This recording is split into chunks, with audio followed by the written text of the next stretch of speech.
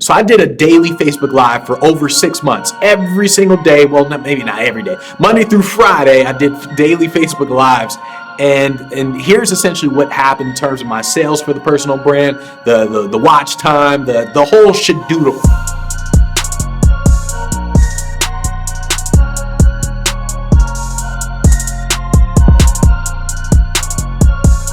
So the very first thing that I noticed in terms of me doing the Facebook Lives is that my video watch time decreased. I mean, like, poof. Because in the beginning, I was doing just regular videos, 5-10 minute videos.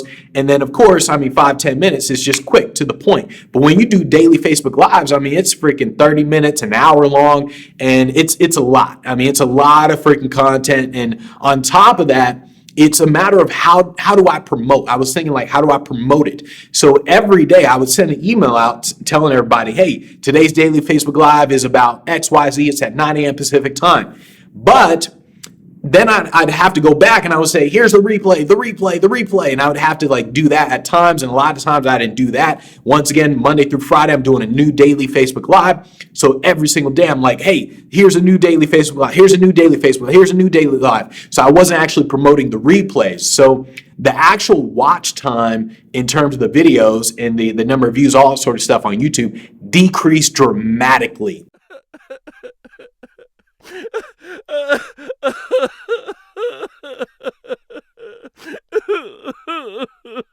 The first thing that I noticed in terms of the Facebook Live was that my workflow changed. So the workflow for a lot of these videos is I'll essentially film a ton of videos all at once, all in 1 day or 2 days, get the videos edited, and poof, I'm done for an entire month. Like, I'm good to go. But with the daily Facebook Live, it was obviously different. With the daily Facebook Live, I sat down, I would go downstairs into I'm in a high rise, I would go downstairs into the social room, and I'd work on the daily Facebook Live notes. I create bullet points. I'm like, so I'm doing all that downstairs.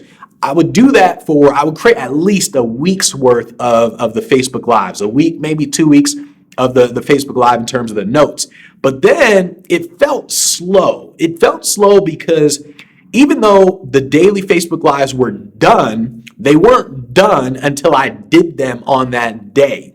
So I had all the notes finished for 2 weeks, but I had to wait until the day to actually present the actual video, obviously. And so it felt slow. It felt less intense, like a less intense kind of focus. So when I'm filming these videos, I sit down and it's like, bam, one after the other, bam, bam, bam, like that's what she said, right? But it's like one after the other, and you're knocking them all out. With the daily Facebook Lives, though, I had to sit down, write out all the notes, and then all of a sudden I'm sitting there thinking like, all right, well, hurry up Monday, come on, hurry up Tuesday, come on. And so that's what it kind of felt like. So it just felt less intense. The workflow changed dramatically. I also felt less creative. So like with these videos, I mean, you get to shoot like B-roll. You're like, what kind of B-roll should I get? And all that. So with these videos, you can be more creative with the shots. With the Facebook Live, I mean, it's simple. You're just sitting down, like I'm sitting here at the desk. I'm looking here, and I'm just like, all right, everybody, today we're going to talk about, and it felt less creative. And so that's another thing I didn't really like about the daily Facebook Lives. Something that was really, really weird is after the Facebook Live, after I would do the live stream, I felt finished for the day. And this, by the way, this is me, 9 a.m. Pacific time. I wake up 9 a.m. Pacific time.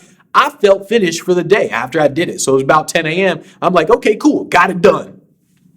And then that was it. So I actually had to get myself in the right mode mentally after the Facebook Live. So what I actually did, by the way, is once I was done, I would get something to eat. And then when I'm done eating, I'm like, all right, let's go. So I was ready to go. But I felt finished, and I didn't really like that feeling. Now, I know a lot of people say with live streaming, everybody's like, yeah, everyone's more engaged. It's better because they're more engaged and everything.